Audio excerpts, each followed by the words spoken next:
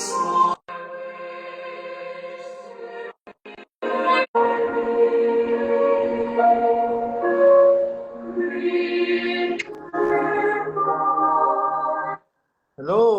Brad Ace. Hello mga kapatid. Hello. Yes, kumusta? Okay lang. Nag-live ka pala kanina. Oo, nag-live ako kanina. Actually, nung nag-message ka, tinatanong mo kung exiter na si Brad Mike Nabong. Naka-live ako kaya hindi kita ma-replyan. Akala ko Mm. nanonood ka. Kasi may na-post si Ronnie Keypoint na Yes. yung video niya. Kaya natanong ko. Paborito ko yung kanta na yun eh. Yung, Yung kanta niya, yung sa pang-asop. oo. Mm. Sumali Kaya nga lang pala sa ASOP si Brad Mike inalis niya, Nabong. di ba? In-archive yung kanta niya na yun eh. Actually, nasira nga yung pamilya ni Brad Mike Nabong dahil pinaghiwalay sila. Yung Mm. asawa niya, Jaconesa. Mm. Kaya yun.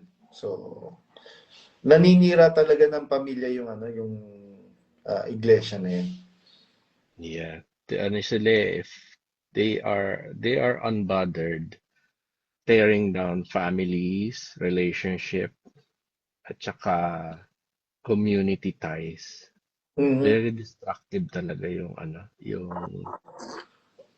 doktrina diyan sa loob. Mm. Ayun, kumusta na ba? Marami kasing Brad Ace, maraming nagtatanong sa akin. Kailan daw yung Exeter gathering na i-organize natin? Ako din, actually paggising ko, dahil message, Mm. sabi ko, paano nila nalaman eh tayo lang nag-usap na? Nakita ko may pinost ka pala. Mhm. So marami nag-i-inquire na sama daw Yes. sila. Oo. So, o sige, i-announce mo na. Mm. Yun, yung every Saturday. Mhm. Every Saturday, 7:30 PH time. Mhm. And we just want to clarify, Bratis, hindi tayo nagtatayon ng iglesia. We just Mhm. want to help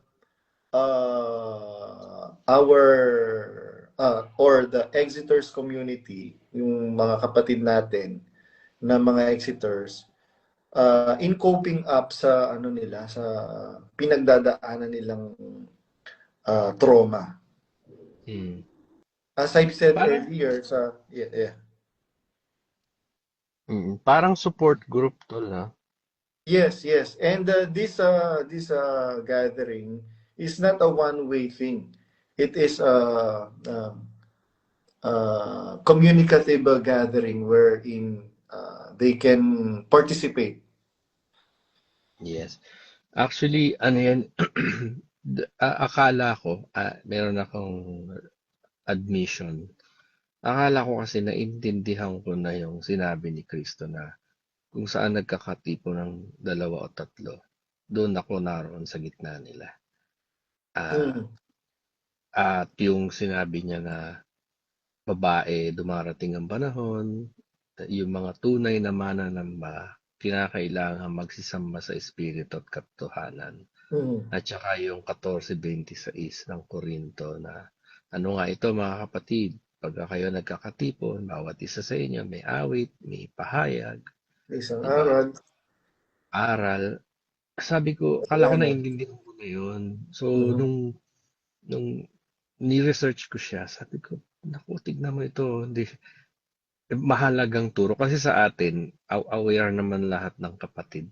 The way ipaliwanag ni Bess yung Biblia o yung mga bersikulo, ginagawa niya ng word association. Halimbawa, Mhm. sinabi ni Kristo, sasambahin sa espiritu at sa katotohanan. Ano ba yung espiritu? Juan sa 1:63. Ang Lahat salita ng mo. sinuntahan sa inyo, pawang espiritu, pawang katotohanan. So, Mm. yun pala, dun pala tayo sasamba sa espiritu, sa salita ng Diyos. O, Mhm. okay na yun, ano? Mhm. Ano naman yung katotohanan? Mhm. Babasahin naman yun sa Lucas. 17, Pakabanal, 17. pakabanalin mo sila sa iyong Katotohanan. salita sapagkat ang iyong salita ay katotohanan. Mm. So lumalabas both yung espiritu at katotohanan, salita ng Diyos. Mhm. Yun ba talaga ang ibig sabihin ni Kristo? Mhm. Kasi nung sinabi niya yun, wala naman yung supporting verse na yun eh. For Aha. you to put two and two together para magkaroon ka ng equation na yun Mhm. yung tinutukoy ni Kristo.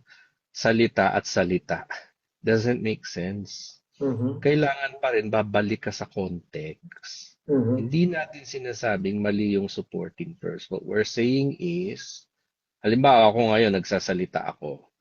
Pag mayroon akong sinabi, hindi mo pwedeng gamitin yung ibang sinabi ko in the past to uh, parang papagtibayin yung sinasabi ko ngayon. Kung Mhm. hindi naman yun ang ibig kong sabihin at the time na sinabi ko yung certain topic in Pronouncement. the past. Oo. Kasi pwede mong gawin yun, pwede mo rin gawing contradictory. Depende sa Mhm. layunin ng nakikinig. Kaya nga, ang salita ng hula, sabi sa Biblia, hindi nagmumula sa sariling pagpapaliwanag. The scripture does not belong to any private interpretation. Pag nagbabasa tayo ng Biblia, tignan mo yung konteksto. Bakit Mhm. sinabi niya yon? Mayroon bang nagtanong? May ina-address ba siyang issue? Yung mga binanggit nating talata, yung sasamahin sa espiritu at katotohanan, kung saan ako nagkakatipon ng dalawa o tatlo, o tsaka yung ano nga ito, pag kayo nagkakatipon, may mga context yan eh. So dyan papasok yung verse analysis, context, scriptural, historical, cultural, everything comes into play. Hindi lang basta mamimitas ka ng talata, versikulo por versikulo, cherry pick mo lang, and then pag didikit-dikitin mo, Sige lang, pagtatahi-tahiin kahit una mo. na kayo. Sumakay ka na sa amin, kasabay namin sila. Sige lang, may ginagawa pa ako. Importante lang. Tapos pag dudugtong-dugtongin mo, and there you go, nakabuo ka ng puzzle, the way na kiniklaim ni Jamal. Mhm. Di ganun. Coherency ang tinitignan natin. Dapat huwag mawawala yung integrity ng, ah, ayun nga yung scriptural coherency. Tsaka dapat synthesize yan, tol.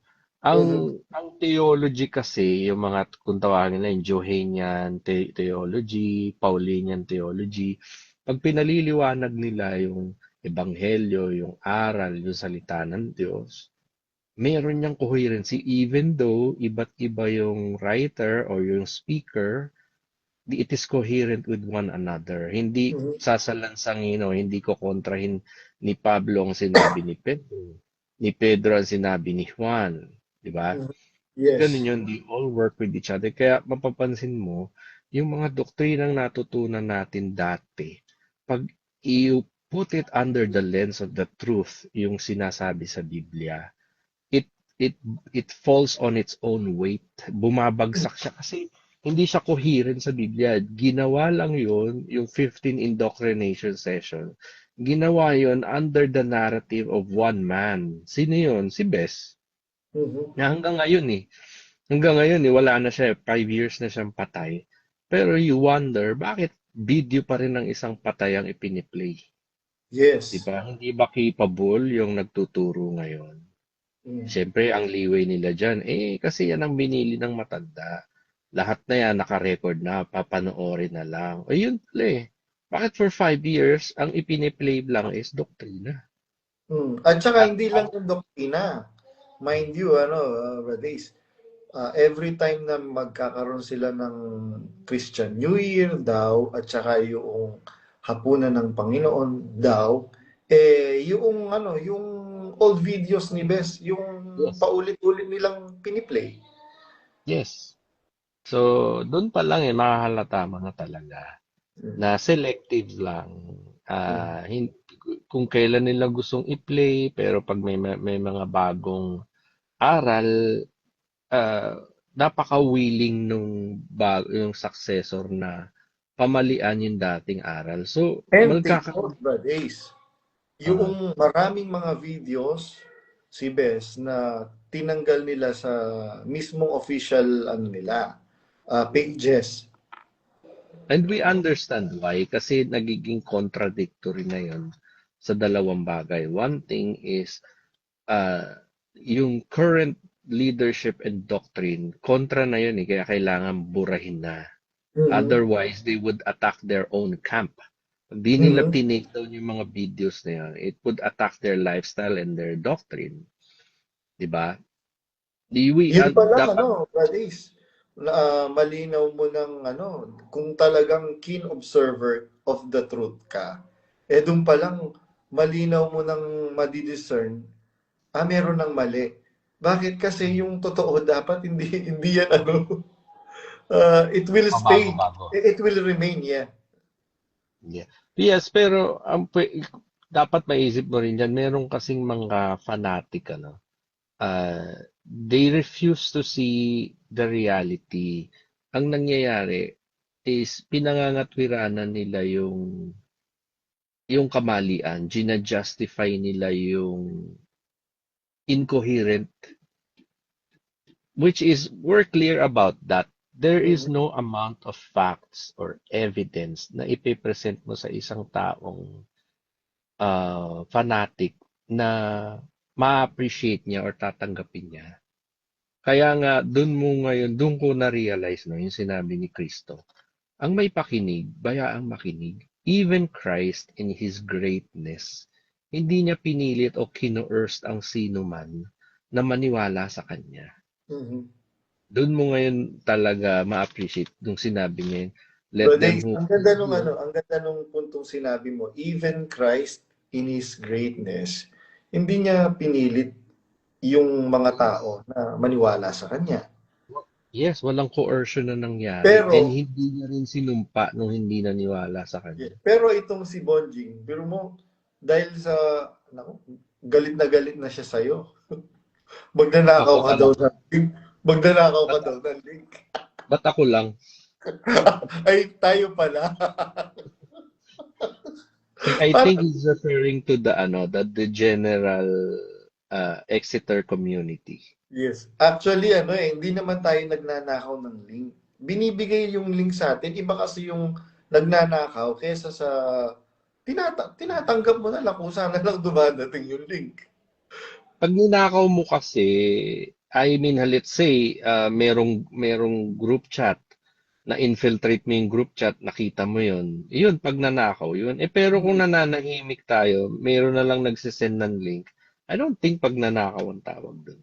Kaya nga eh. Tsaka wala namang ano bang meron dun sa kung talagang ang pangangaral niya is for the sake of salvation, it should be open for everyone. Yes.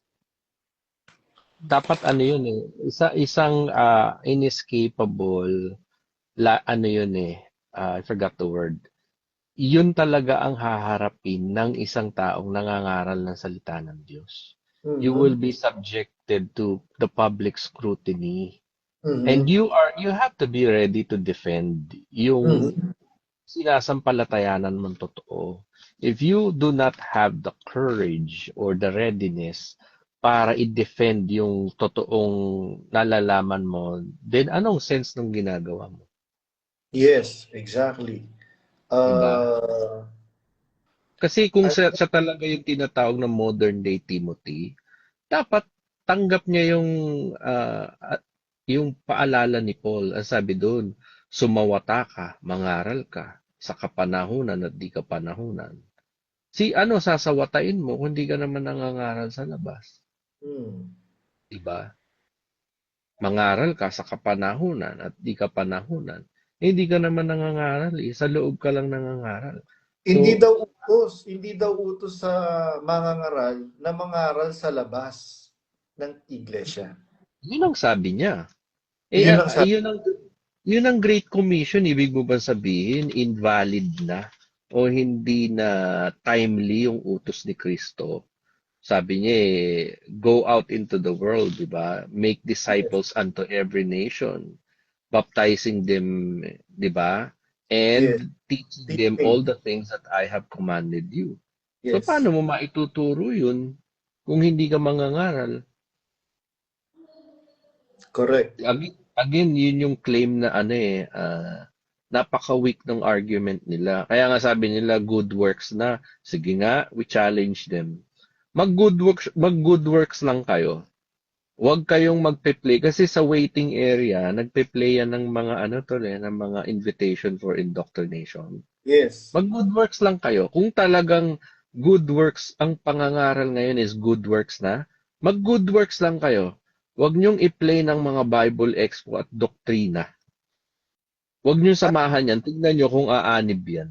Brother Ace, meron akong gustong i-remind sa'yo. Natatandaan mo ba yung video na nag-leak na mini-meeting ni Jaymal, yung Mission Thessalonica yata yun. I was going there. Sige, tuloy mo.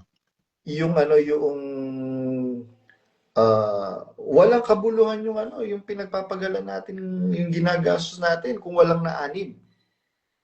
Actually, parang narinig ko, not verbatim, sinabi niya.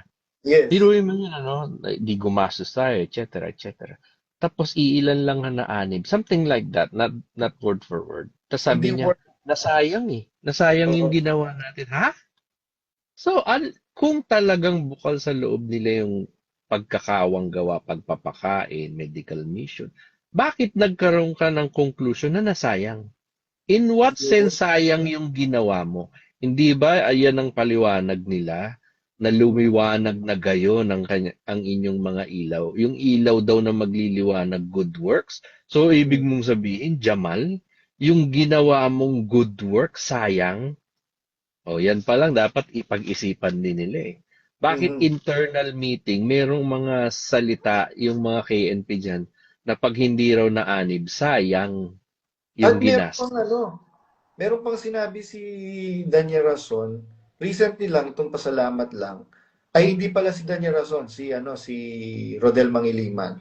Sabi niya, kaya po tayo nagtutulong-tulong mga kapatid, para sa, hindi po para sa kapurihan ng isang tao, kundi sa kapurihan ng Diyos.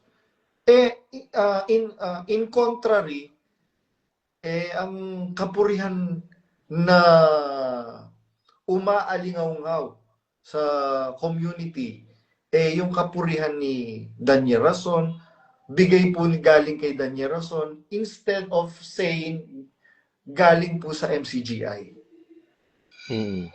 Kaya tingnan mo, buhay pa si Bes, meron ng talagang balak na masama, si Daniel Rason. Biro mo, clinic ni Kuya, libreng sakay ni Kuya, law center ni Kuya, etc. etc.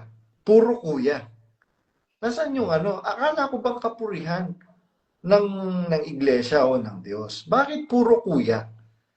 Yung palang, ngayon lang natin ako personally, ngayon ko lang na-realize buhay pa si Bes, inaano na siya.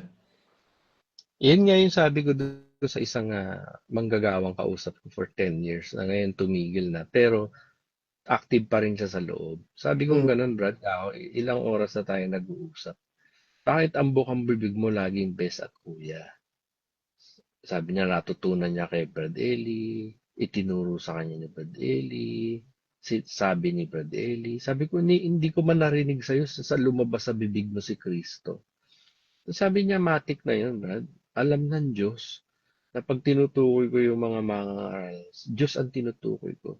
Sabi ko, lalabas, mali ba yung talata sa Biblia na sa kasalanan ng puso nagsasalita ang bibig?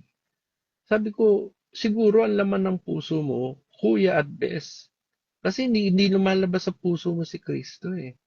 Sabi niya, ganun na rin yun, Brad. Sabi ko, parang ganito. Mas preferred mo kasi salitain yung tao kaysa kay Kristo. Sabi sa Biblia, ang nagpapahintulot sa kanyang anak na babae na mag-asawa, gumagawa ng mabuti. Ang hindi nagpapahintulot, gumagawa ng lalong mabuti. Tatanungin kita kako. Ano ang mas magandang gawin? Yung mabuti o lalong mabuti? Sabi niya, syempre yung lalong mabuti. Correct, kako. Follow-up question, kako. Ano ang mas magandang sabihin? Natutunan mo kay Bes? Natutunan mo kay KDR? O natutunan mo kay Kristo? Siyempre natutunan kay Kristo, bakit hindi lumalabas sa bibig mo? O yun. Yun ang punto natin dyan. Mag-isip-isip sana yung mga fanatic, ano? Which is, again, ano, at this point, parang hypothetical na yun. Kasi, pag fanatic ka, inactive kasi or offline yung dorsolateral prefrontal cortex. Meaning, nababypass yung critical thinking. Ang automatic na nag-e-engage sa kanila pag nakarinig sila ng anything against their leader, their organization, and yung sistema o yung doktrinang pinaniniwalaan nila, ang nagiging automatic, hindi critical thinking, is to Mhm. accept the logical evidences and facts, but to automatically defend their faith because um, word or criticism na sabihin mo, ang epekto sa kanila niyan psychologically is yung tinatawag na identity fusion.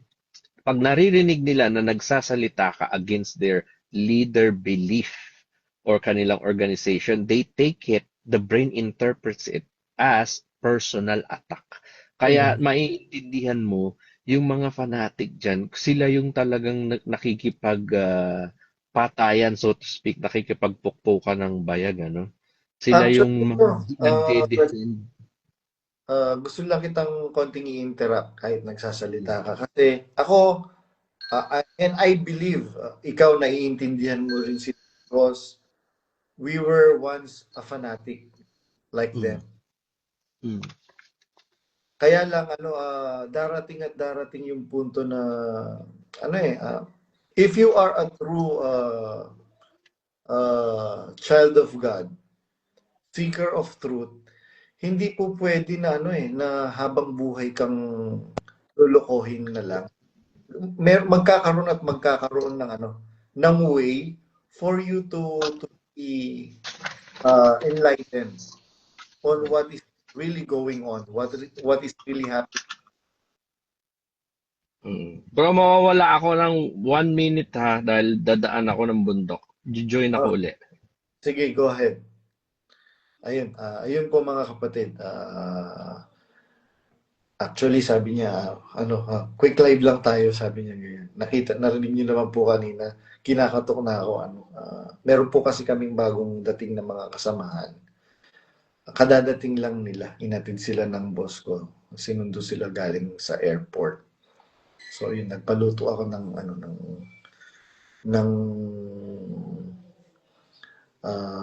sinigang na baboy.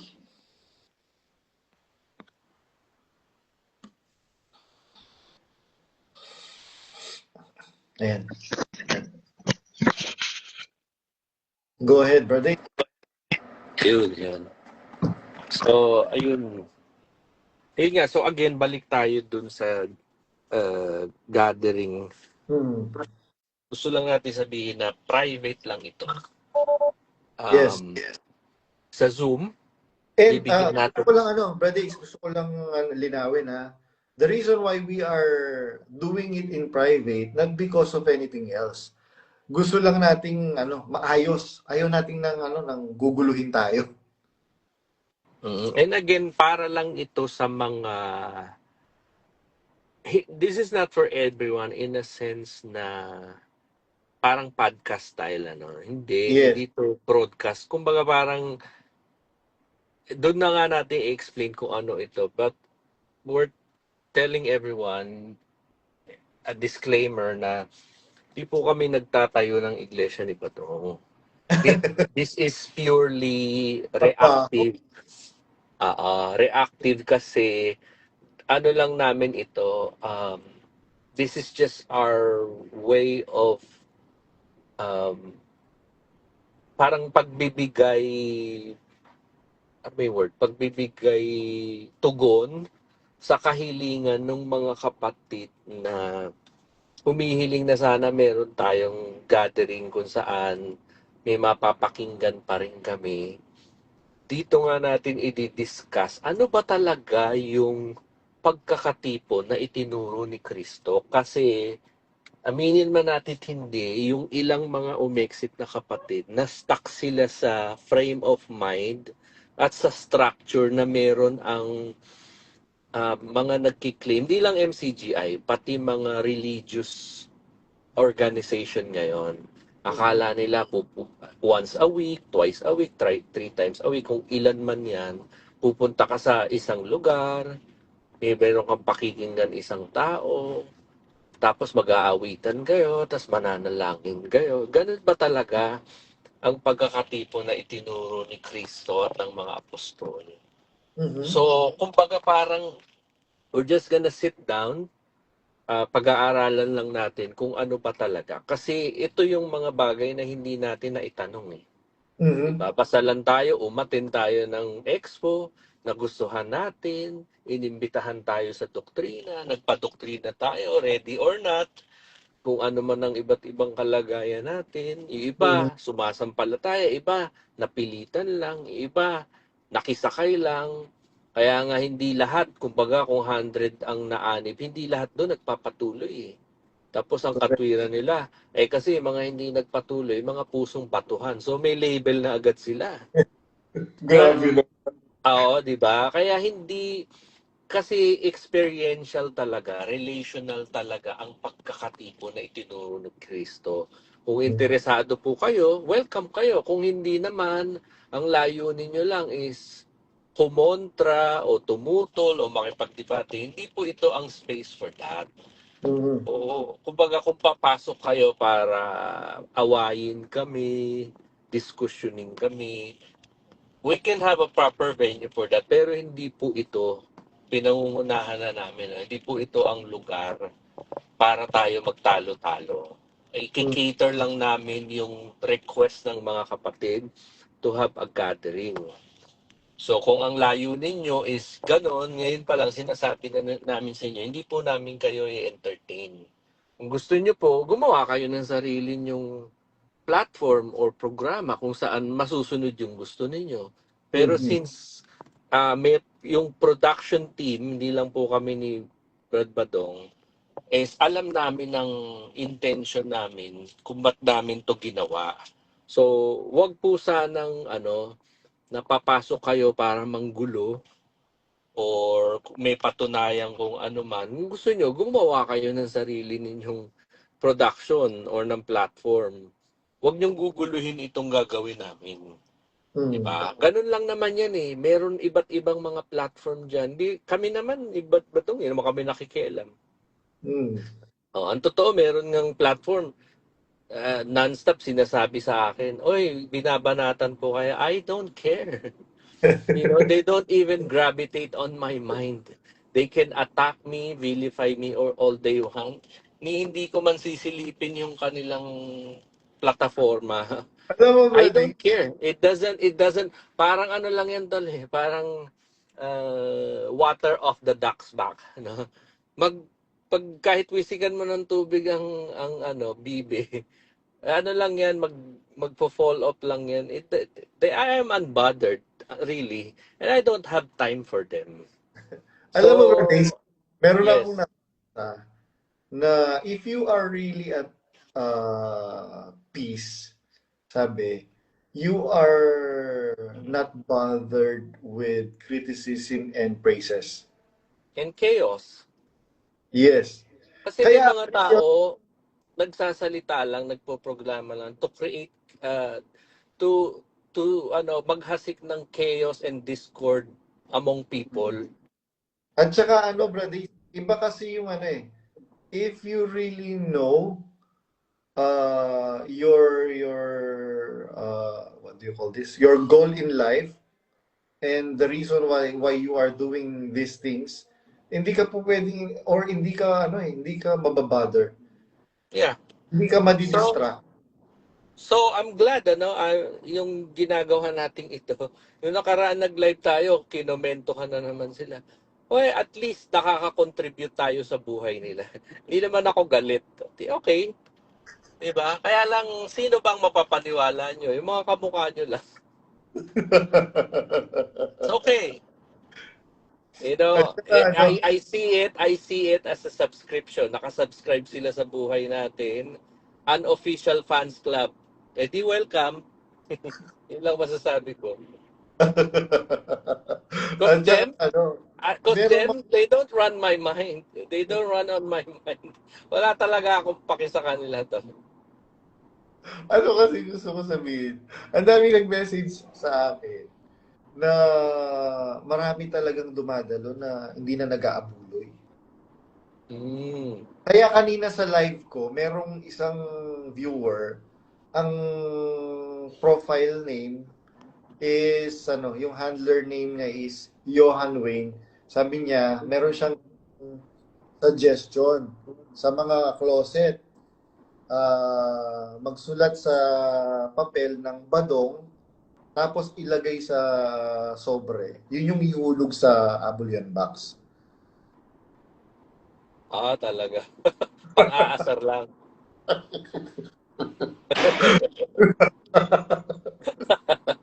Okay din yan, eh. Magugulo siguro sila. Lalong maano si Bonjing, lalong kukuluan dugo. Kumukulo na nga dugo sa atin eh. Meron nagpapawash out si Tembong Tuernes. Ayun, shout out, Tembong Tuernes. Ayan. So kung interested po kayo, paano ba? Paano natin mabibigay yung Zoom link, bro? Ano natin, ipopost ko na lang. Everyone naman pwede namang pumasok doon. Post na lang natin, post na lang natin sa wall natin. And everyone naman is welcome. Basta if you are a peace seeker, yun lang naman ang natin. Yun lang naman ang goal natin, makatulong. So if you are paano yung mga fans? Baka pumasok din. pabayaan mo sila pumasok. Basta naman yung natin, mga kasama natin sa production, they know what to do. Ang iniisip ko kasi, kumbaga parang by request, kung gusto mo, bigyan ka natin. Pero huwag nating i-post publicly. Yun yung sa akin, ewan ko sa'yo. Kasi para maiwasan natin yung yung unauthorized access. Ang iniisip ko naman kasi parang painstaking naman for on our part na isa-isang bibigyan mo ng link. Sa akin okay lang. Gusto mo, sa akin na lang sila mag-message. Isisend ko sa kanila yung link. I don't mind. Sasabihin ko na lang, ito na lang yung mga kontakin nyo. Kasi PM. On my part, PM na lang ako. Hindi ko na kayang gawin yun isa-isa. Kasi ang daming pending na sa chat box ko. Hindi ko na hindi na malugaran kasi pagka binuksan mo, you are obliged to reply. Actually, shout out natin si Jigs. May request pala si Jigs. Ang tagal na. Kailan ko lang na-accept. Nanonood siya ngayon. Jigs, basta. Kasi nga, hindi ko yung mga ibang pseudonym, hindi ko ma-accept dahil nadala na ako eh. May mga tik-tik kasi na hindi kasi yun ang ayoko kasing ubusin ng oras ko tol eh. Yes, totoo yan. Actually, yan din ang isa sa naging lesson ko in the past. Ang daming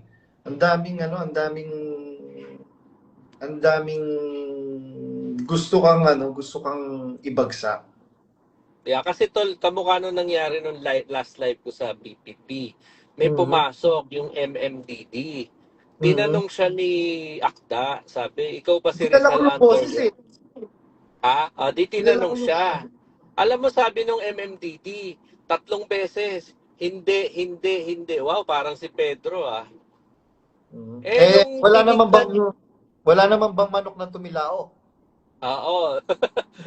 Tinignan ni Akda yung yung profile niya. Pag hover ng mouse niya over MMDD, lumabas yung real name niya, Rizal Underground.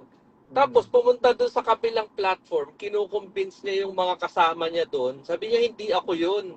Pero mo, both sa PPP at doon sa kabila, pinaniniwala niya sa kasinungalingan niya, huling-huli na siya. Alam mo, Brady, kahit nagsasalita ka, with respect, isa sa mga natutunan ko ngayon, na pagka ang tao sinungaling, wala kang aasahang mabuti. Yeah, and he have the audacity na makipagdebate. Yung sarili mong identity, kinahihiya mo, kaya nga nakasudonym ka eh.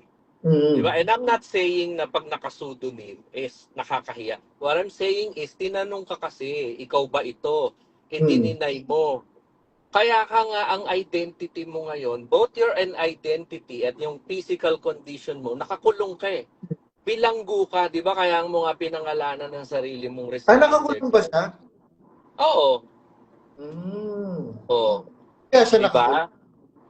I don't care kung bakit siya nakakulong. What I'm saying is, you know, spiritually and physically, you are imprisoned with your own lies. Nakakulong ka sa sarili mong kasinungalingan. And yet you have the audacity na magsalita, makipagdebate. Anong goal mo sa buhay? Diba? I think ang una mo dapat i-goal sa buhay, palayain mo muna yung sarili mo sa katotohanan. At palayain mo ang katawan mo sa bilanggo ang kinaroroonan mo. Kasi sabi ni Kristo, ang katotohanan ang magpapalaya sa inyo. Kapag nabubuhay ka sa kasinungalingan, you are in prison. Ang una mong i-goal, huwag mo munang atupagin yung pakikipagdebate kung kani-kanino. Di ba? Hindi dapat yan ang goal mo sa buhay. Ayusin mo muna yung buhay mo bago ka makipagdebate. Di ba? At saka Brades, kaya pala sinabi ng Panginoong Jesucristo, kayo'y sa inyong amang Diablo, sapagkat ang nasa ng inyong ama, ang ibig ninyong gawin, sapagkat siya isang mamamatay tao buhat pananguna. Pagka nagsasalita siya, ay nagsasalita siya ng saga ng kanya, sapagkat siya isang sinungaling at ama nito. Ang laki pala ng ang lawak pala, noong pronouncement ng salita ng Panginoong Jesucristo na yon, na sapagkat siya isang sinungaling at ama nito. Pagka ang tao pala sinungaling, wala nga asahang mabuti dyan.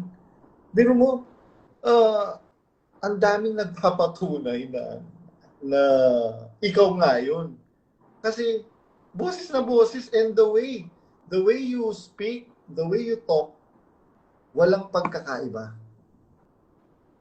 Well, he can deny all he want, no? Pero hindi niya pwedeng maloko ang katotohanan. Kahit siya nga pwede niyang i-convince yung sarili niya Because that is the lie he is telling everyone. Both PTT yung kapo niya. Sinasabi niya hindi daw siya din. Hindi ikaw. Pero at the end of the day, in the quietness of your own prison, alam mo sa sarili mo ang totoo. Yes. Kapag na-convince mo ang sarili mo na hindi ikaw yun, wala ka ng ibang taong hindi pwedeng lokohin. Kung sarili mo, naloko mo iba pa kaya ang hindi mo maloko. Diba? No wonder. Kaya, may mga taong ganyan Kung masaya sila sa panluloko sa kapwa, let them. Sabi nga ni Kristo, kapag ang bulag, umakay sa kapwa bulag, hukay ang destination nila. At saka yung ginawa nating live nung nakaraan, tol, may nasasama nila yun Nilagyan nila ng meme na Badong and Ace, hinatulan na yung mga atheist sa impyerno. Pag pinakinggan mo yung buo na live natin, wala naman tayong hatol doon sa mga atheists. Ang sabi ko doon, isama na natin yung atheism, yung mga atheists sa discussion natin. Para palabasin nila na isama na raw sa impyerno. Even yung mga nagsumbong sa akin, sabi niya, Tol, tinake out of context yung sinabi mo. Sabi ko lang, ano pa ba aksahan mo sa mga ganyan? Diba? Yes. Actually, ganun na nga. Pagka ang tao, maitim ang budhi, wala silang even you say white, gagawa sila ng way to make it black. Yeah. And I won't be surprised kung itong ginawa natin live, gawin na naman nilang content, di ba? Yes, Ganun talaga kasi eh. nabubuhay na lang sila sa pagko-content ng mga video natin because we are relevant. Baka sabihin kasi nila bakit kayo ba hindi nyo pinupuna? Iba naman yun. Ang sa atin kasi, we are exposing yung mga maling doktrina na tinuturo dyan. And unwilling tayong humarap tol. Yes. Diba? At saka ano lang natin, ang focus natin is Daniel Rason, Yeah. not anyone. Kaya Yeah. tingnan, At ang nakakatuwa dito, kung talaga silang ang pioneer ng kumakalaban sa MCGI, bakit yung canon nyo nakatapat sa amin ni Badong? Di ba dapat nakatutok yan sa MCGI? Bakit kami ang tinututukan nyo? Di ba? nakatutok na yung kanyon nila ngayon sa atin. Oo, di ba? Eh, misguided yung ano ninyo, yung mission ninyo. Nagiging Pet, personal na yung atake ninyo. petmalo ka kasi. Kalaban namin yung kalaban nyo dati porque nasaling yung mga ego ninyo. Personal na yung atake nyo sa amin. Diba? Check nyo uli yung mission statement ninyo. For the last 5 years, ang kalaban nyo, MCGI. Tapos, ngayon, kami ang nilalabanan nyo. We have a common enemy kung tutuusin. Pero kami ngayon sa amin kayo ngayon ni Badong nakapokus. And people will know. We don't have to explain ourselves. Kaya nga, ang clamor ng mga taong umaano sa atin, tol, sabi nila, ayoko nang makinig doon, Brad Ace. Toxic yung samahan na yun. Actually, marami akong nakausap. And mga original nila kasama sa podcast. Ngayon naiisip ko pa lang na naging bahagi ako ng podcast na yun. Ano na ako, na parang nandidiri na ako. Well, marami. Actually, yung whole PPP family. Shout out natin si Kidlat, si Akda, si Mang Ray, si Speechless, si Unwanted, si Katrina May, si Louie. Sino ba? Baka Ay, hindi ko mabanggit lahat. merong nagpapa-shoutout si Sister Nena Fernandez. Hello, brother, musta? Sabi niya ganyan. At hello, brother Ace. It's me, Albina from NCR, Marikina City. Hello, Sister Nena Sige nga, Fernandez. batiin mo nga lahat kasi isa sa mga hate nila yun, yung batian. Batiin mo nga lahat, tol. Sige, batiin natin. Tingnan ko po kung sino-sino yung mga nandito. Siyempre, nandito si Mama Mary and si Brother Tembong Tuernes. Sister Abby Smith, Kamasosa. Hello, Sister Abby. It's been a long time. Si Sister Angie, si Koy Koy. Si Brother Mario Pahikulay from Batangas. Si Brother Edgar Diaz. Si Brother Virgilio Ramirez. Si Sister Marie Taniguchi from Japan. Konnichiwa. Ay, kumbangwa na pala. Kumbangwa dito. Si Brother Brandy Kinde. Si Brother Jigs Okaya Jobber. Si Sister Ina Galiano. Si Brother Rolando Orais. Si Brother Erwin Barnuevo. Yun lang po yung mga nakikita ko. Ay, nandito si Brother Kaloy Lacson. Hello, Brother Kaloy. Happy birthday sa'yo. Happy birthday. Ayan. So, I mean, tuloy ang buhay, mga kapatid. Maraming mga distraction at saka mga magbabagsak sa atin. But kung alam natin kung ang purpose natin, kung bakit tayo nabubuhay sa mundong ito, is somehow, is para ma-mirror natin yung buhay at halimbawang tinuro ni Kristo na magkaroon tayo ng significant contribution sa society. Hindi destructive contribution, kundi beneficial. If we can make, kapwa natin tao, yung buhay nila a little bit better in any way, shape, or form na magagawa natin, why not? Let us spread kindness and love sa kapwa nating tao. Even those dun sa mga umaaway sa atin. Kaya nga, sa akin, That's the best response na pwede kong ibigay. Na ang daming nagsusumbong, topic ka po, binabanatan ka po, it's okay. Sabi ko, yun na yung best na magagawa ko sa kanila is to not say anything. Diba? Eh, darating din ng panahon, magsasawa din yung mga yun. It's okay with me. Yun. Actually, brother, isa sa mga natutunan kong ayun. Kasi I'm still in the process. And one thing I have learned sa mga nararanasan ko at naranasan ko in the is wag maging impulsive when it comes to reaction or emotion. Oo. I am suppressing my emotion. Yeah, wag ding reactive. Yung konting ano lang sa'yo, naka-react ka agad. Yes. Sabi nga ni DK, yung mga bumabanat sa kanya, hinayaan niyang banatan siya. Ano siya bumanap, umiyak yung mga binanatan niya. So, minsan may ganyang mga tao eh. Banat sila ng banat. Pagka ikaw naman bumanat, iiyak. Yes, they will play victim. Yeah, so, yan mo lang sila. Talagang ganon. Totoo nga yung kasabihan. Alam mo, yung bee, yung bubuyog, hindi niya wini-waste ang energy niya to explain to the fly, yung langaw, hindi niya kino-convince yung langaw na honey is better than shit. Di ba?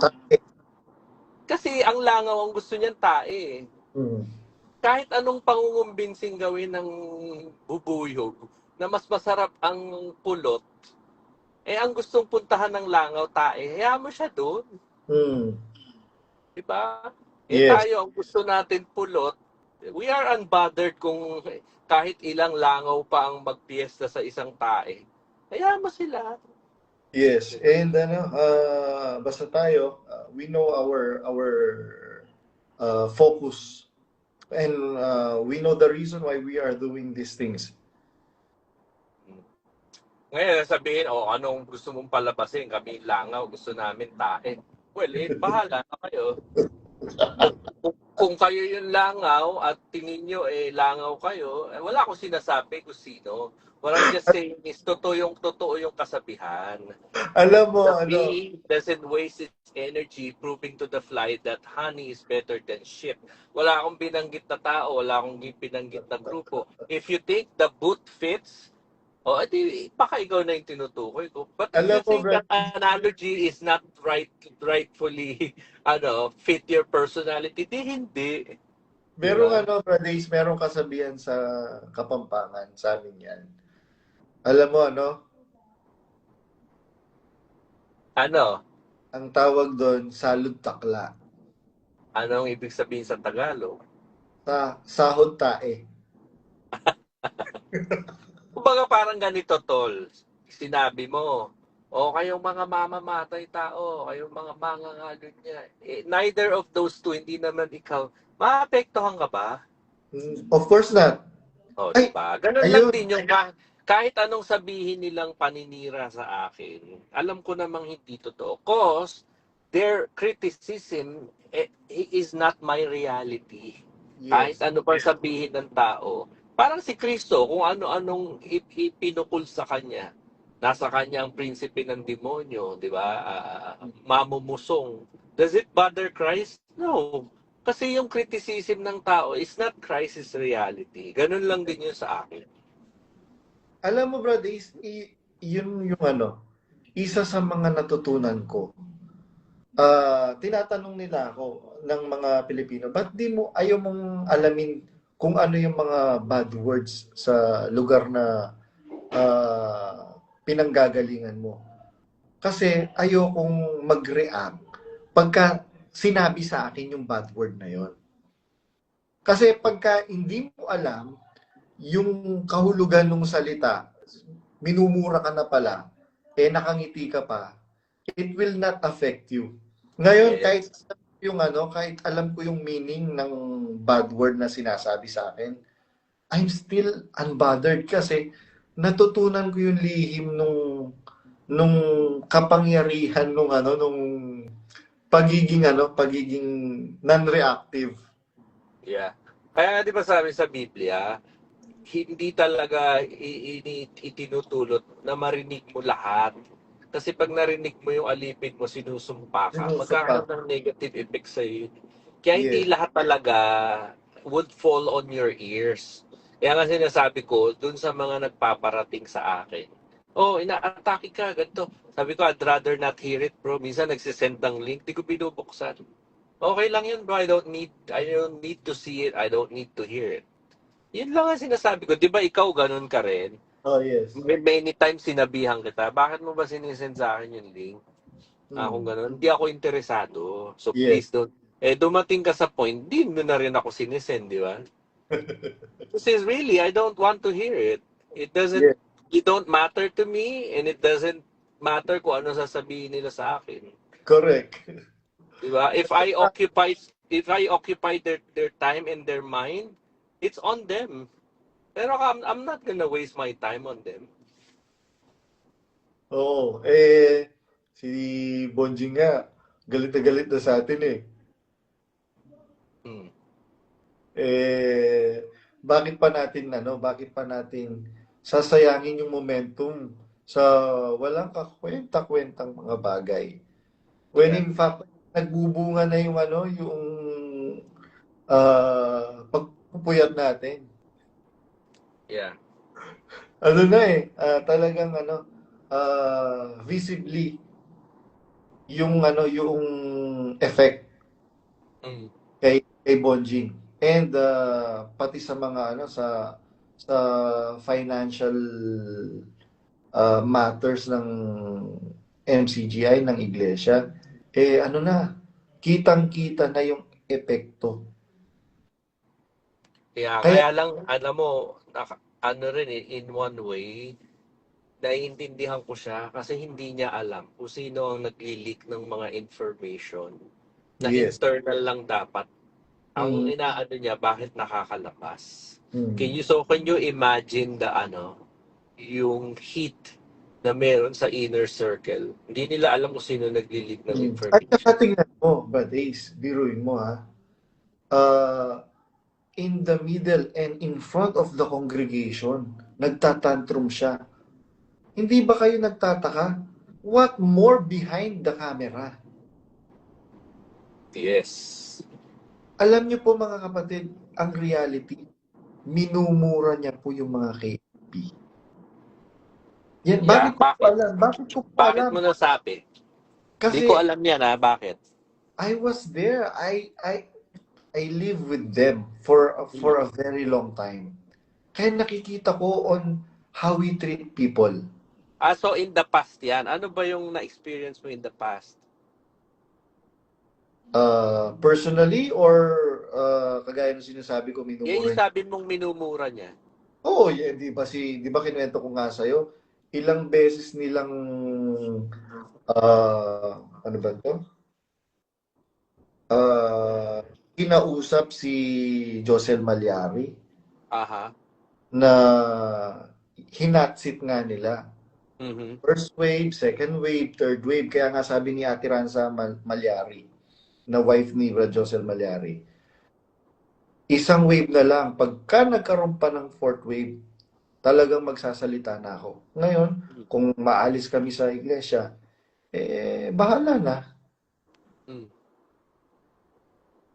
Kaya nga Oh. sabi ni Bonjing, ni DSR, pagka ako bumagsak, lahat tayo babagsak. Pero yung sinabi mong pampagmumura, may narinig kang minurang KNP? Oo, minumura niya. Sino? Si Josel Malyari nga.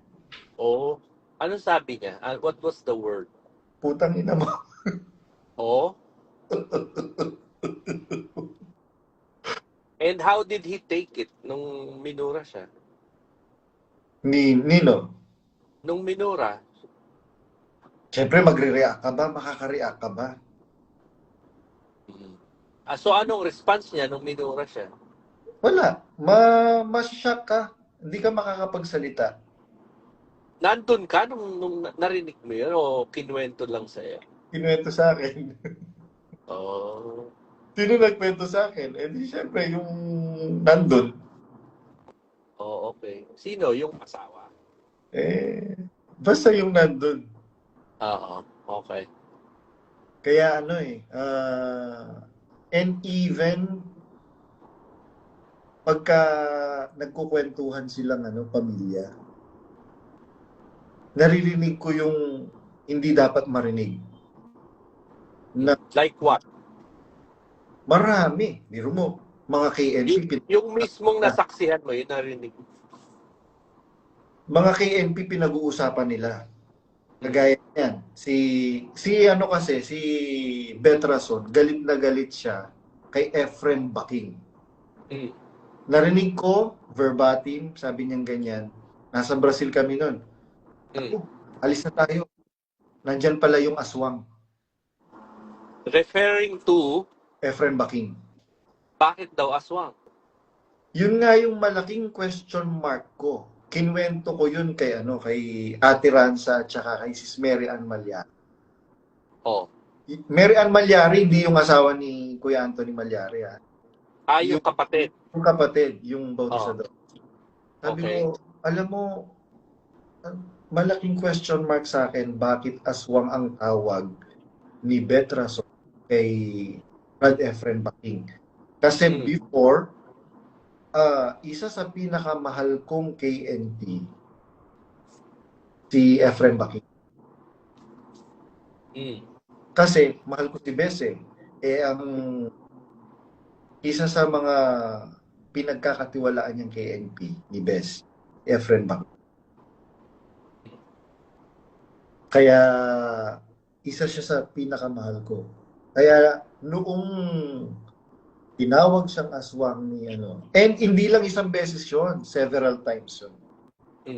Pagka nandyan si Efren Baking, umaalis si Betrason. And I was wondering what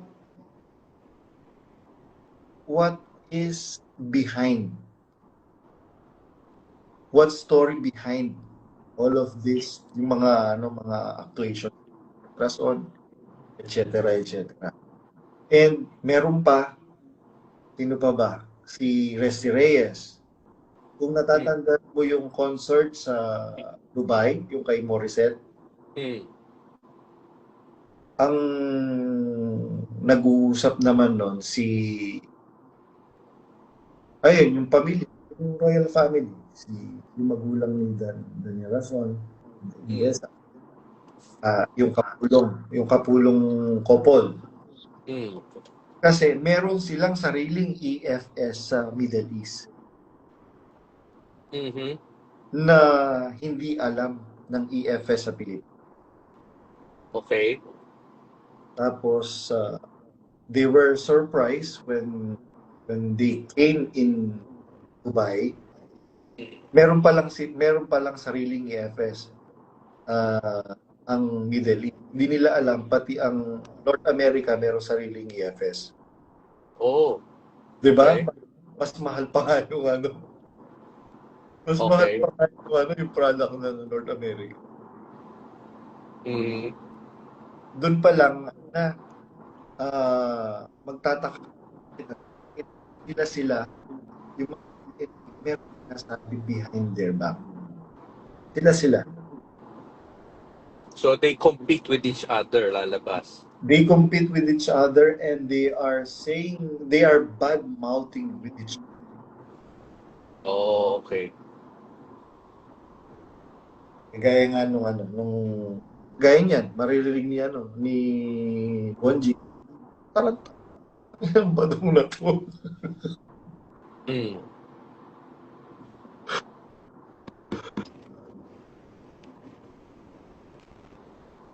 Kasalanan mo rin kasi yan eh. Bakit? Ba't ako naman? Paano ko naging kasalanan? Ginalingan mo kasi yung pangingriticize. Alam mo, kasi ganito yan.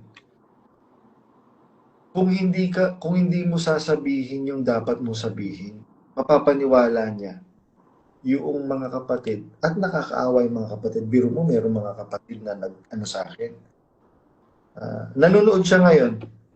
Meron silang anak na na special. Taga-Europe yun, I think. Meron kaming anak na, alam mo, kapatid, sabi niya ganyan.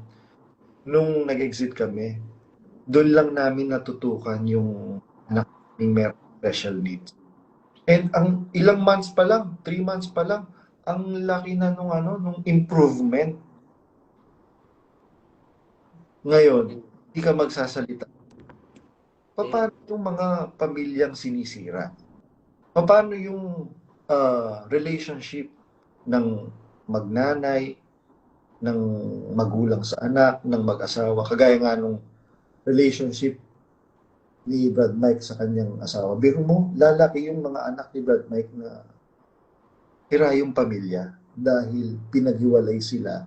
Dahil itong asawa ni Brad Mike na Isbet na akong dyan sa lokal ng Gatchawin, Arayat. Isbet, alam ko nakikinig ka, maraming nakikinig dyan sa lokal ng Gatchawin. Mga kapatid, kilala niyo po ako, na-destino ako dyan sa lugar niyo. Hindi ba totoo? Ano kasing pangalan ng kapatid na nung kasing na-destino ako doon sa lokal nila Brad Mike Nabong. Merong kapatid doon, yung isa sa mga matandang kapatid sa lokal. Binigyan niya ako ng sobre at saka isang box ng hopya. Yung hopya, tinanggap ko. Yung sobre, hindi ko tinanggap. Ngayon, kinausap ako ng mga kasamang manggagawa. Sinumbong pala ako. Hey, ba't di mo naman tinanggap yung sobrang binibigay sa'yo noon? Sabi ko, hindi ba bili ni Brad Eli? Huwag tatanggap ng basta-basta. Sabi mo ganyan. Ayoko, kung gusto niya ihulog niya sa kahon. The following week, didestino ako. Tinanggap ko na kasi pinaliwanag sa akin, panata pala niya yun. Na lahat ng manggagawang didestino sa lokal nila, bibigyan niya ng sobre. Yan. From then on, kinukuha ko yung sobre, inuhulog ko sa kahon. Ayun. Kaya mga kapatid sa lokal ng Gatchawin, kilala niyo po ako, na-destino po ako sa lugar niyo. Obserba po kayo, tama pa po ba yung ginawa na paghiwalayin si Isbet kung Mike up? Biro mo, hindi na po ba kayo naawa doon sa mga nila? Yan pa po ba yung relihiyon o yung aral na ito na? Alam mo, Tono, ako, I admit, sabi ko nga sa'yo, kung buhay pa yung matanda, siguro nandyan pa rin ako. I am one of those na fanatic at brainwashed pa rin. And hindi ko kinahihiyayan. So, circumstances happen, life happens, death happens. Eto tayo ngayon. Aminin ko, kayo ni CJ, ikaw, at si DK, Dark Knight, kayo yung tatlo na kino-consider ko na naging catalyst sa pag-alis ko, sa pag-exit ko. Not because kayo ang sole reason, kumbaga, I mean, the very word catalyst, kayo yung nag-ignite sa akin para mabuksan yung aking critical thinking, na mag-investiga on my own, na ano ba kasi sinasabi ng mga ito, paninira lang ba talaga? Kasi merong massive campaign sa loob. Huwag kayong makikinig kay Badong, kay CJ, kay DK. Kasi yung mga yan, naninira lang yan sa iglesia. If I were to accept, tanggapin na lang yung sinasabi nila, baka hanggang ngayon, nandyan pa rin ako sa loob. Pero I did my own due diligence. Tinignan ko, nag-approach ako sa inyo, di ba? Hindi ko naman kinahihiyayan. Si CJ, si TK, I talk to you and Hindi ba, for quite some time, binlock pa nga kita. binlock mo ko kasi kala mo tik-tik ako. Alam ko ka. Yeah, kasi nag-iimbestiga ako. Gusto kong gamitin yung pag-iisip ko. Ayokong ipagamit sa ibang tao. Nung nalaman ko, teka, may punto itong tatlong ito. Doon na ngayon nabuhay yung nawala na ako sa cognitive dissonance. Tapos mahirap bago ko ma-overcome yung pluralistic ignorance na tinatawag at saka yung sunk cost fallacy. Finally, nakawala ako doon. Nag-decide ako na umexit September 7, 2025. Na yun ngayon ang kumbaga tol ano yan proven formula, and that formula works. Once na i-entertain mo yung mga facts and evidence, mabubuksan din ang isip mo. Yun ang ayaw nilang mangyari. Yes. Kaya to stop that, kasi alam nila that formula works. It is proven. It is Alam mo ba? effective. It works. Kaya pinipigilan nila yung mga kapatid na makapakinig sa inyo. 'Di ba? Kasi alam nila, once na magtuloy-tuloy lang silang makinig, i-entertain lang yung mga sinasabi ninyo, magbubukas din ang isip ng mga yan, yung dorsolateral prefrontal cortex, mag-a-activate yan, tol. From being offline, magiging activated yan. Alam mo ba merong kang katukayo. Sino? Taga Brazil siya. Ngayon, nag-reach out siya sa akin. Sabi niya, Jay, ayan, nakikinig sila, so I have to be to be careful with my words. Nakikinig sila yung nasa palit. Sabi niya sa akin, Jay, to be honest, nagalit ako sa'yo the first time I hear you na minumura mo si Kuya. Kaya lang, hindi ko magawang magalit sa'yo. Though, I have the right kasi minumura mo yung yung kinikilala kong leader . Kaya lang, sabi kong ganyan, nagtatalo sa isip ko yung pagkakilala ko sa'yo because I know you as a good person. Hindi ko po sinasabi to, mga kapatid, for anything else, not for anything else. I'm just telling what the closet from Brazil is telling me. Ngayon, sabi niya ganyan, ang pagkakilala ko sa'yo, yuko-yuko ka lang, yes ka lang ng yes, pag pinapagalitan ka, nakayuko ka lang. Ganun lang. Hindi ko lubos akalain na meron ka palang ganyang ganyang klase ng pagkatao, sabi niya ganyan. So, doon ako nagkaroon ng curiosity na pakinggan yung mga sinasabi mo. Ano ba yung sinasabi mo? Bakit minumura mo yung mga taong pinaglingkuran mo ng 2 dekada mahigit ng buhay mo? There must be a real reason. There must be a reason, I mean. Ngayon, kung ano yung reason na yon, gusto ko malaman. Kaya ako ngayon sinubaybayan yung mga videos mo. And na-surprise ako, meron palang mga ganyan. Hindi ko kasi alam Sabi niya ganyan. Yeah. Yun. And the rest of the story. Last month nga, ito, mayroong bigatin na manggagawa sa, hindi ko na babanggitin. Pinag-iinitan na siya ngayon. Kasi, pero hindi naman alam na nakikinig siya. Kasi medyo worried ako. Nagpakilala kasi siya Sabi ko, baka nagtitik-tik lang to Pero sinabi niya yung buhay niya. Sabi niya, please Brad, wag mong babanggitin kung sino ako. Nagpakilala siya, pinakita niya yung totoong Facebook niya. Halos buong angkan niya, kaanib. Ang problema niya ngayon, paano niya mailalabas? Sabi ko, may awa ang Diyos, tol. Ako rin mga anak ko, nanay ko, kapatid ko, tiyuhin ko, pinsan ko. Awa ng Diyos, sabay-sabay kaming umexit. Kasi alam nila eh, napagtanto nila, sabi ko, kung ikaw lang sa sarili mo, hindi mo mai-imagine ka ako na lalabas yan. Mm. Kaya nga nung lumabas ako, hindi ko sinaklawan ang pag-iisip ng pamilya ko. Mm. Sinabi ko sa asawa ko, titigil na ako, pero magpatuloy kayo. Kung gusto nyong tumuloy, wag nating pag-awayan. Bigay mo ka ako sa kanila yung freedom of religion. Actually, pareho tayo yung tsahin ko naakay namin ng tatay ko. Kapatid ng tatay ko yun eh. Bunso nilang babae.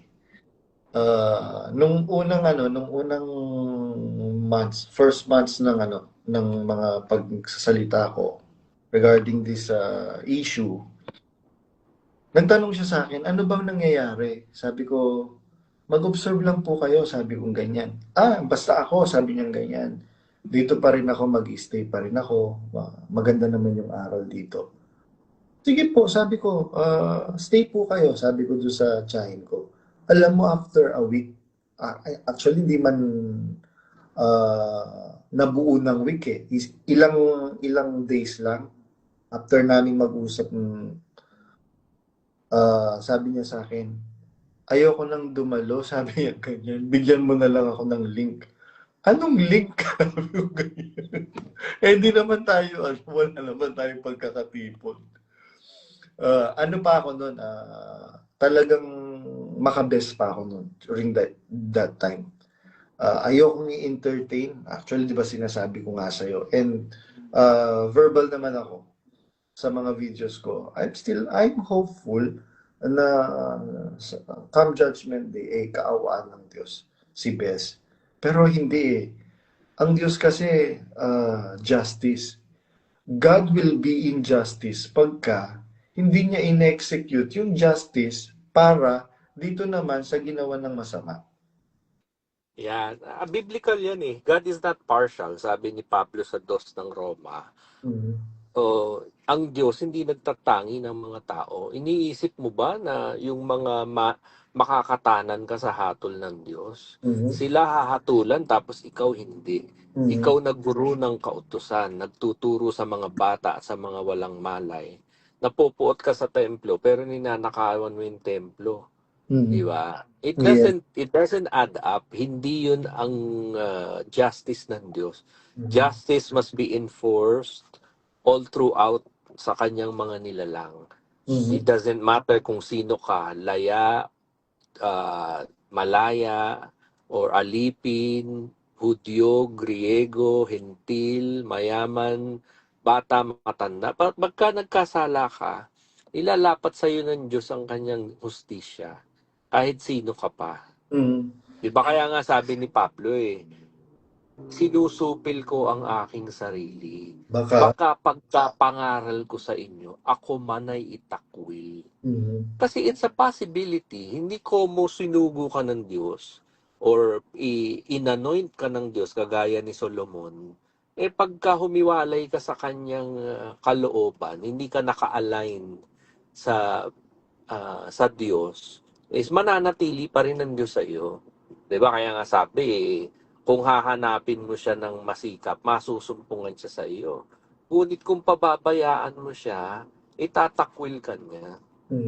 'Di ba? Kung ayaw mo sa Diyos, you don't believe in God, you live a life wherein you deliberately reject His presence, yung kanyang glory, yung kanyang kabutihan at pag-ibig. Finally, dadalhin ka na doon sa lugar kung saan sasabihin niya sa iyo na, kasi nga sabi ni West Half, yun ang nagustuhan ko sinabi niya. If you end up, in heaven with Him, to live to have an eternal life with Him, ikaw sasabihin mo, your will be done. At yun ang kalooban ng Diyos is to establish a relationship with humanity. Pero kung you keep or deliberately rejecting God in your life, God will put you in a place wherein He will say, your will be done. Mababaliktad na, no? Yes, gusto mo ng buhay na wala ako? Then suffer the consequences. Ayaw mo ng kabutihan ko, ng hustisya ko, ng grace and mercy ko? This is a place for you. Yun na nga yung lake of fire, which is the second death. Ang Diyan ka. nakaklap nun kasi, di ba, ang may nakasulat sa Bible. Diyan na nga ang pagngangalit ng ngipin. Pagtangis, weeping and gnashing of teeth. Ngayon, tinatanong tayo, hindi ko kasi natapos kasi I ran out of time sa PPP. You just imagine a place, sabi ni Wes, it's unimaginable. I can't even imagine kung anong klaseng torment ang mararanasan ng tao niyan. Meron akong narinig na parang siguro for them it's just a joke na sige kung mapupunta tayo sa impyerno, di sama-sama tayo, masaya 'yon. Mga kapatid, hindi po ganun 'yun. And hell is not a joke. Mhm. Ayun. Alam mo, Tol, sabi ko nga dun kay Akda sabi ko, imaginein mo ikaw may anak ka, 5-year-old, 8-year-old, nagalit ka, sinabi mo dun sa anak mo, wala na akong pakialam sa'yo, mula ngayon wala ka ng tatay. Can you imagine the kind of torment na mararamdaman ng anak mo? Kung sabihin mo sa anak mong bunti yun, na anong klaseng torment ma-imagine niya, wala na akong tatay, hindi na ako mahal ng tatay ko, wala na akong aasahang kalinga. It's a torment. Pero beyond that is just a faint example, Tol. Beyond that, it's unimaginable pain. Everything is just a complete opposite. Kung sinasabi ni Pablo sa Corinto, anumang bagay na inihanda ng Diyos ang hindi nakita ng mata, hindi narinig ng tenga, ni pumasok sa pag-iisip ng tao, ganon kaganda ang inihahanda ng Diyos para sa mga nagsisiibig sa Kanya. You just, i-reverse mo lang yun, Tol. Unimaginable torment and pain and suffering ang dadanasin naman ng mga taong nagre-reject sa Diyos. Mm-hmm. Kaya ako nung maano ko yung kahulugan ng hell. If you know the real meaning of hell, mas ma-appreciate mo na magsa-Diyos ka eh. Ayun nga yung sinasabi ni Brad John Chichester. O granting na walang Diyos, sabi niya ganyan, gumawa ka na mabuti. Sinunod mo yung utos niya. Wala palang Diyos. Nalugi ka ba? Hindi. Pero, meron palang Diyos, patay kang bata ka. Magkakabulagaan. Kaya win-win eh. Wala kang talo pagka naniwala kang may Diyos kasi that belief will lead you in doing what is good, what is right, and what is just. Ano ba yung tinuturo niya? Ang tinuturo lang naman niya, gumawa ka na mabuti sa kapwa mo. Huwag kang mag-aagrabyado, huwag kang gagawa ng masama. Pagka hindi ka gumawa ng masama sa kapwa mo, siya ba ang makikinabang? No. It will benefit you. You're the one who will benefit in obeying God's commandment. Pero alam mo, Tol, ito mag-i-inject lang ako ng uncomfortable truth. Mm-hmm. Kasi narinig ko rin to kay Wes Huff and naka-align naman to sa mga scriptures. No? Alam mo ba na just being good doesn't cut it? Yes. Kasi yan yung, kung panoorin nyo yung Diary of a CEO na in-interview si Wes Huff, sabi niya gano'n, ang isang question niya, sabi niya, are you trying to tell me na just because I don't believe or I don't accept Jesus Christ, but I live the good life, I try to do justice, I try to be right with people, wala akong inaapakan, wala akong inaargabyado, wala akong pinasasama, I just live a life wherein I can be kind to my fellow human being.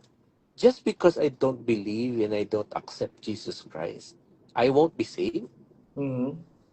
So, ang sagot ni Wes Huff is very masterful answer. Sabi ko, wow, I never heard this before. Mali din ako ng pagkakilala ko nung una. Sabi niya gano'n, well, first of all, sabi niya gano'n, kasi sabi nung nag-i-interview, that doesn't, ano nga yung word na ginamit niya? Yun, sabi niya, it doesn't sound fair, sabi niya ganon. Na just because gumawa naman ako ng mabuti, nung nalalaman ko to my capacity, try to be kind, merciful, you know, justice, wala akong ginagawa ng masama. Just because I don't believe in and I don't accept Jesus Christ, is may impyerno ako. Mhm. Well, sabi ni Wesap, well, first of all, ano nga yung word na ginamit niya ulit? It doesn't, sabi niya? It doesn't sound fair, sabi niya ganun. Well, first of all, you don't want to be fair, sabi niya ganun. Kasi if you use that analogy na dapat fair, is if fairness ang pag-uusapan, sabi niya ganun, hindi fair yung ginawa ng Diyos. And Mhm. what is that action na ginawa ng Diyos? Ibinigay niya ang ganyang bugtong na anak, him that did not know sin. Mhm. That's not fair. That's not justice. Mhm. Kasi God, hindi naman siya gumawa ng masama eh. Mhm. Pero nagkatawang tao ang Diyos. Ibinigay niya ang kanyang buhay para tubusin tayo sa ating kasalanan. Mhm. So first of all, you don't have to be fair kasi una sa lahat tayo ang magiging unfair to God kasi inari niyang may sala yung walang sala. Yung Yes. hindi natin maabot, inabot niya. Siya ang namatay for our sins. Dapat tayo kasi ang mamamatay, for the For wages of our sin is death. Pero tinubos niya 'yon. Siya ang naging ransom for our sin. Tayo ang nakatalagang mamatay, siya ang namatay in our place. So sabi niya ganun, let's get that clear. Sabi ko, oo nga no. Sabi niya, so hindi talaga fair, sabi niya ganun. Kasi someone died in our place.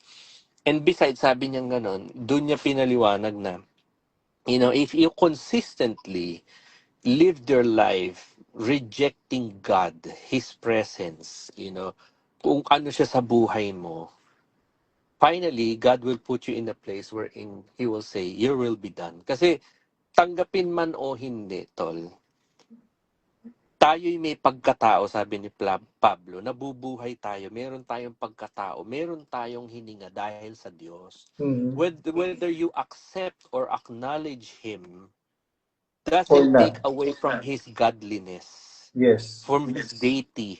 Hindi nakakabawa sa Kanya kung hindi mo siya kilalanin. But, yung sinasabi ng Biblia, totoo yun. Nagpapasikat siya, nagpapaulan siya sa mga ganap at di ganap. Kasama ka, ikaw na hindi kumikilala sa kabutihan ng Diyos. Kasama ka, ang totoo, sumisikat sa iyong araw, lumulubog sa iyong araw. Meron kang hininga, meron kang pagkatao. Kung hindi naging mabuti sa iyo ang Diyos, pwede niyang kunin yung hininga mo, pwede niyang bawiin sa iyo yan eh. Mhm. Pero kahit nabuhay ka, na hanggang huling hininga mo, ayaw mo pa rin, nire-reject mo pa rin ng Diyos sa buhay mo.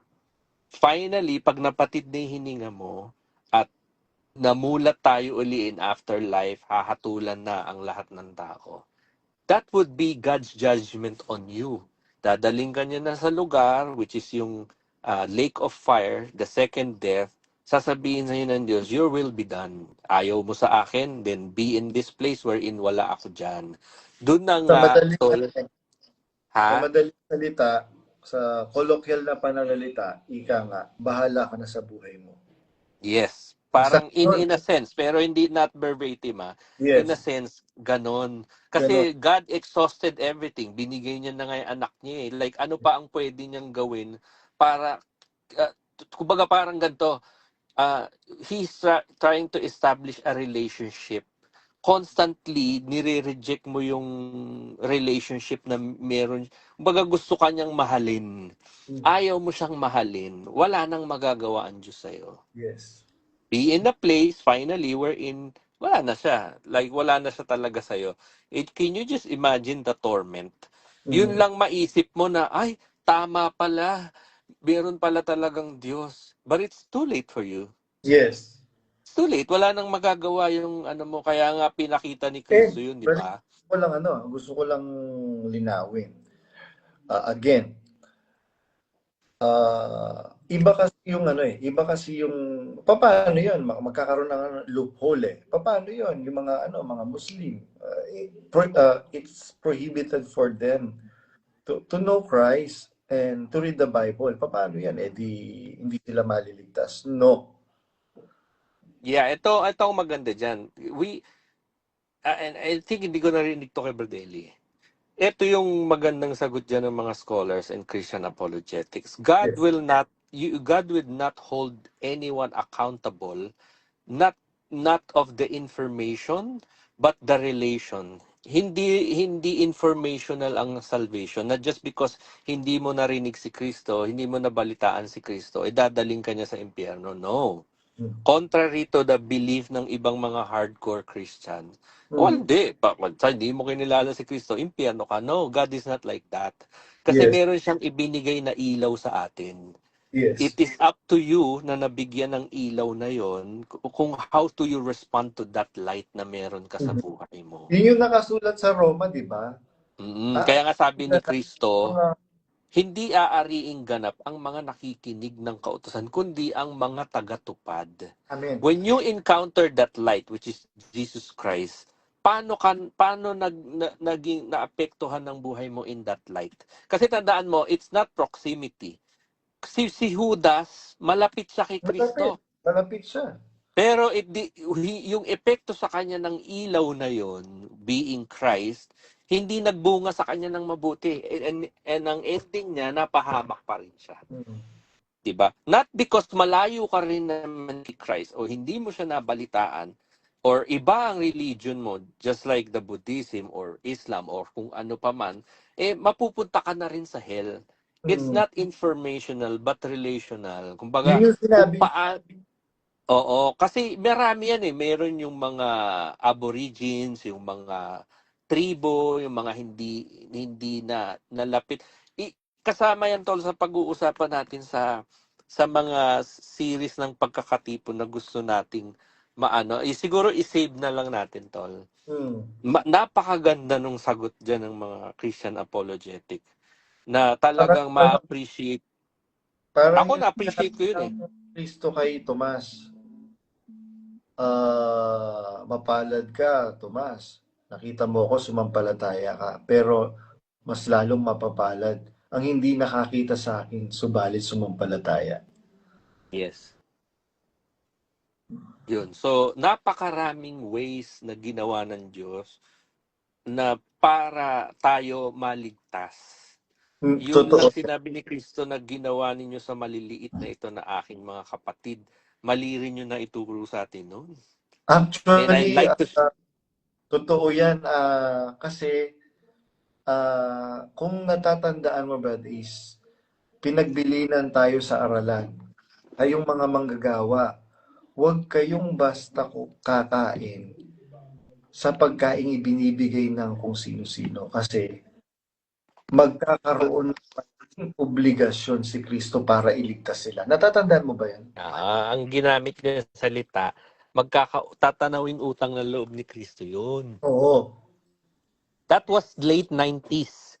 Nung early 20s, iniba niya. Kung naaalala mo rin, sabi niya, napakalawak pala ng pamamaraan ng Diyos para maligtas. Yung iba kaaawaan. Ginamit niya yung sitas na yan. Kaya sabi niya, mga kapatid, kung sino man ang ginagawa ng mabuti ng mga hindi nakakilala kay Kristo, tatanawing utang na loob ni Kristo yun. Ako'y nagutom, ako'y nauhaw, di ba? Inyo akong pinainom.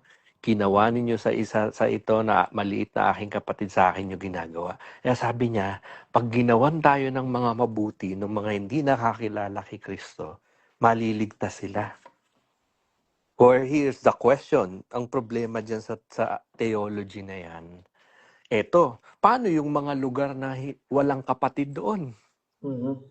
Wala na silang chance para magawa nilang mabuti yung kapatid ni Kristo? Correct. That is a false theology again. Pero may sagot ang Biblia dyan. Yun nga sana yung pag-uusapan natin.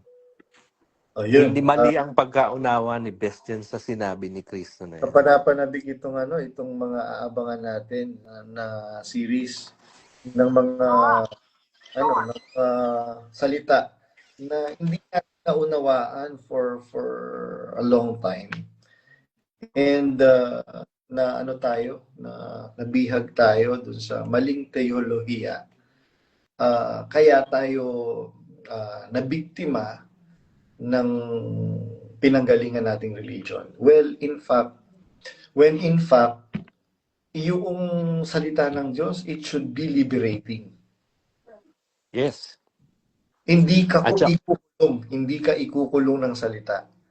Palalayain ka. Kaya nga 'di ba sabi ng the truth shall set you free. What? You're reading. Yes. Totoo yun. Kaya nga 'di ba sabi ni Apostol San Pablo, mga kapatid, kayo'y tinawag sa kalayaan. Huwag lamang ninyong gagamitin ng kalayaan sa ikalalayo ng laman. Yung kalayaan na yun, mali din pagkauna. O yun nga eh. Ang daming maling itinuro sa atin na ngayon unti-unti nating nare-realize and nararamdaman ako personally. Dito sa dormitory namin, should I say dormitory, every nagyayaya namin itong mga kasama ko. So, pakikisama, nakikita ko naman magawa ng mas. Yun ba hindi mo mapagbibigyan? Kasi pagka pala nasa ibang bansa, kailangan mong makisama sa kababayan mo, lalo na, pero mo kanina dinalaw ka, may-ari ng building, yung landlord. Sabi niya ganyan, I understand you because I was a refugee for 35 years. Kaya naiintindihan ang kalagayan. So, ayun. Kaya ako nabanggit yun because the very reason why Christ came into flesh is for us to be liberated. Sabi nga 'di ba sa Korinto, kung nasaan nandoon ang espiritu ng Panginoon, nandoon ang espiritu ng kalayaan. Totoo. Hindi tayo ikukulong. Kaya tingnan mo, awa yung mga kapatid na nandyan pa. Nakakulong sila. Pero hindi sila, pero after ng pagkakatipon, sasara yung pintuan. Literal at saka spiritual, nakakulong sila. Kinukwento. Nandiyan, naka-shoutout mo si Brad Roy Abalos. Siya nagkwento sa akin sa lokal ng Commonwealth. Nung nag-announce daw yung manggagawa, para i-trap yung mga kapatid dahil may announcement sa mga target at tulungan. Sabi daw guluhin niyo yung mga tsinelas at sapatos. Pero para maisip mo yun, manggagawa. Para i-trap mo yung mga kapatid. And yet, i-claim ng ibang mga defender diyan sa loob na hindi daw sapilitan ang tulungan. Diba? Hindi nyo naman mapapaniwala ang mga kapatid. That is the liars telling anyone na hindi kayo namimilit. Pero may pilitan talaga. Hindi naman kami mga bagong kapatid. Para paniwalain yan. Kailan lang kayo lumitaw? Year 2000 lang. Tapos paniniwalain nyo kami. Walang hindi pilitan. Correct. Ayun, Brad Ace. Gusto ko lang ulitin. Ang dami nating aabangan. Ano ba talaga yung pagkakatipon na itinuro ni Kristo? 'Di ba sabi mo kanina, yung where 2 or 3 gathered in my name, I am in their midst. Tapos yung pagka kayo nagkakatipon, meron kayong isang awit, isang pahayag, etc. etc. Anong ibig sabihin nito? Tsaka isa, tatlo yun Ano pa ba yung isa? Nakalimutan ko. The true worshippers shall worship Him in truth and in spirit. Yun. Sinabi doon sa babaeng Samaritana sa bano ni ako. Brad Ace, kahit hindi inuhukay ang gabi, lumalalim. Dito. Usapan natin, 30 minutes lang, mahigit na lang. Ayun na. Sige, ano na lang, this Saturday na ba yon? Saturday, 7:30 p.m. Philippines? Yes, 7:30 Okay na tayo doon? Yes, 7:30 Philippine time. Kausapin lang natin, briefing lang natin yung mga kapatid natin sa production team para magkaroon tayo ng maayos na ano. Sige po. Mga kapatid, if you're interested, this is purely voluntary. If Yes. you're interested, i-message niyo po ako and I will give you the link. Yes. At ano bang gusto ko sabihin? Para po sa ano mga kapatid, sa request ng mga kapatid na dumadaan sa anxiety dahil sa bunga ng pinanggalingan po nating religion. And yun po mga kapatid, yung boses ko nagre-retire na, ibig sabihin. Tapos na ako, Sige. I'm done today. Sige, pahinga ka na. Mga kapatid, sa lahat ng nakikinig dito, we appreciate you and we continually pray for you na we're all on this boat together. May awa ang Diyos. Someday, maaabot din natin yung dapat nating maabot. But until that day comes, we're still closely knitted to each other. We're committed to one another. Bago natin i-end ito, gusto ko lang din i-acknowledge yung mga kapatid natin na they do not believe in God anymore. Meron nakikinig ngayon na at makikinig na hindi ayaw na nilang maniwala sa Diyos. Regardless mga kapatid, sabi ko nga doon sa kausap natin last time, natatandaan mo ba yan, Badays? Yes, sabi ko nga, kahit hindi ka na naniniwala sa Diyos, I will still pray for you. Actually, gusto niyo na magpakamatay, no? Yes. And sabi ko, wag mong sasayahin yung buhay mo. Sayang. Sabi ko nga kanya, masarap mabuhay, lalo na if you know the purpose of life. Yeah. Yan. Hanggang na, Bradays. Alright. And salamat po. Good night po. God bless everyone. Bye. Bye.